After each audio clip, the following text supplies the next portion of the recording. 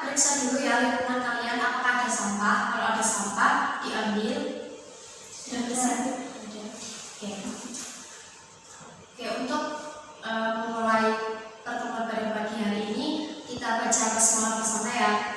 Bismillahirrahmanirrahim. Sekarang ibu absensi dulu ya.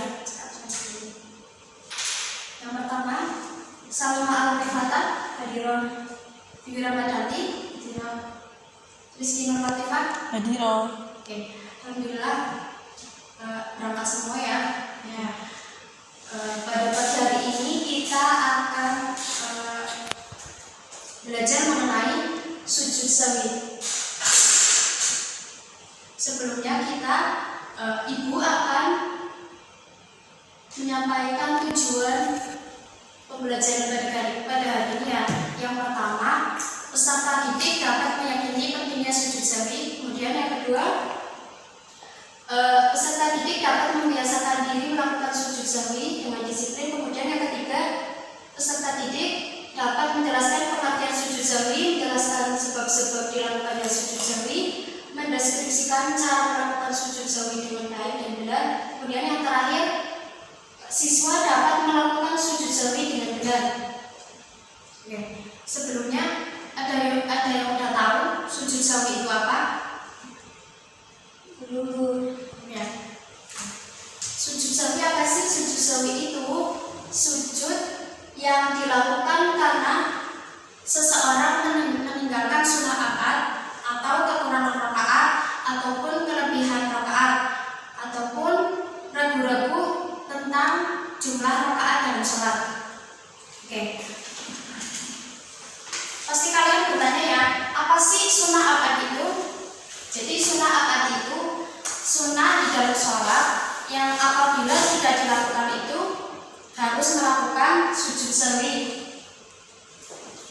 Untuk materi berikutnya yaitu mengenai sebab-sebab sujud sawi. Yang pertama ada apabila menambah perbuatan dari jenis sholat karena lupa.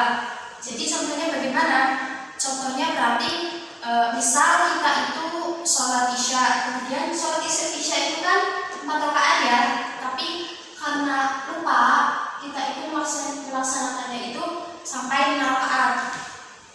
Ketika kita ingatnya itu masih di dalam sholat, berarti kita melakukan sujud sawi sebelum sholat. Kalau ingatnya setelah sholat, berarti melakukan sujud sawinya setelah salam. Maaf ya tadi sebelum salam, sebelum sholat. Kemudian yang kedua, apabila mengurangi salah satu rukun sholat lalu ingat sebelum sampai pada rukun yang sama pada rakaat berikutnya. Jadi contohnya seperti ini. Misal kita ruku kan dalam satu rakaat itu kan harusnya satu kali ya, tapi di sini karena lupa kita itu melakukan ruku itu 2 kali, maka sebelum salam kita itu sujud sawi. Kemudian yang ketiga, apabila meninggalkan salah satu sunnah akad. Tadi ibu sudah menjelaskan ya bahwa sunnah akad itu sunnah di dalam sholat yang apabila tidak dilakukan itu kita harus melakukan sujud sawi. Kemudian apa saja sih contoh dari sunnah akad? Sunnah akad itu seperti tasyahud awal, kemudian duduk tasyahud awal, kayak seperti biasanya ya, tanpa doa kunut, kemudian sholawat. Kemudian untuk sebab-sebab sujud sawi yang terakhir yaitu apabila ragu tentang jumlah rakaat. Jadi ketika kita ragu, misal kita itu lagi sholat pada rakaat berapa sih? Misal 1 rakaat atau 2 rakaat, berarti kita mengambilnya bilangan yang paling sedikit, berarti yang 1 rakaat. Kemudian kita melakukan sujud sawi. Sampai sini apakah ada pertanyaan? Belum ya. Oke. Materi yang berikutnya mengenai tata cara sujud sawi. Jadi sujud sawi itu kan ada 2 ya. Yang pertama itu sujud sawi yang dilakukan sebelum salam. Kemudian yang kedua itu sujud sawi yang dilakukan setelah salam. Lalu bagaimana sih tata caranya? Jadi tata caranya sujud sawi sebelum salam itu tasyahud akhir, kemudian kita tidak langsung salam ya, tapi kita takbir dulu, kemudian sujud sahwi dengan membaca bagaimana bacaannya. Sudah yang tahu? Subhanallah la yadurru wa la yazuru. Kemudian duduk iftirashi, itu yang nomor 3 ya. Kemudian sujud lagi dengan bacaan yang sama 3 kali ya. Kemudian takbir, kemudian duduk tawarruk, kemudian salam. Nah, bagaimana tata cara sujud sahwi setelah salam? Tata caranya sama ya, hanya saja dilakukan setelah salam. Oke. Apakah ada pertanyaan? Belum. Oke. Kalau tidak ada pertanyaan, berarti tandanya kalian sudah paham ya. Oke, Ibu akan adakan evaluasi. Apakah kalian sudah siap? Di sini Ibu sudah menyiapkan 2 soal. Nanti Ibu pilih salah 2 dari kalian untuk membacakan, kemudian langsung dijawab. Paham? Yang pertama Ibu langsung tunjuk aja ya.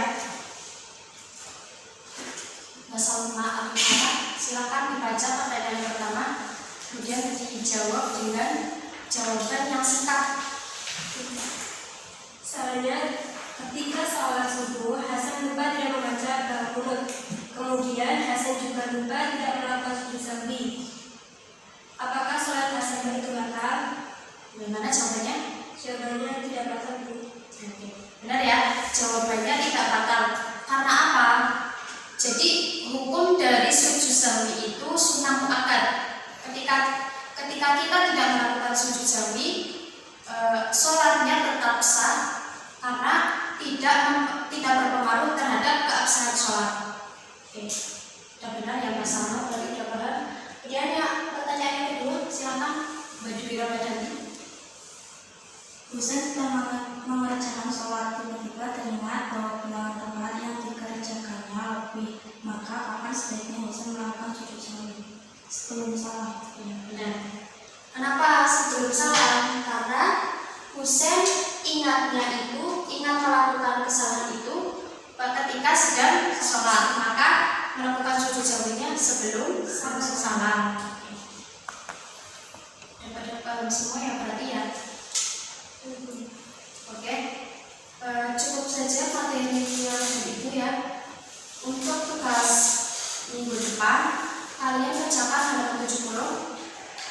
Ya, besok kita koreksi bareng-bareng. Demikian, kurang lebihnya mohon dimaafkan. Wabillahi taufiq wal hidayah. Wassalamualaikum warahmatullahi wabarakatuh.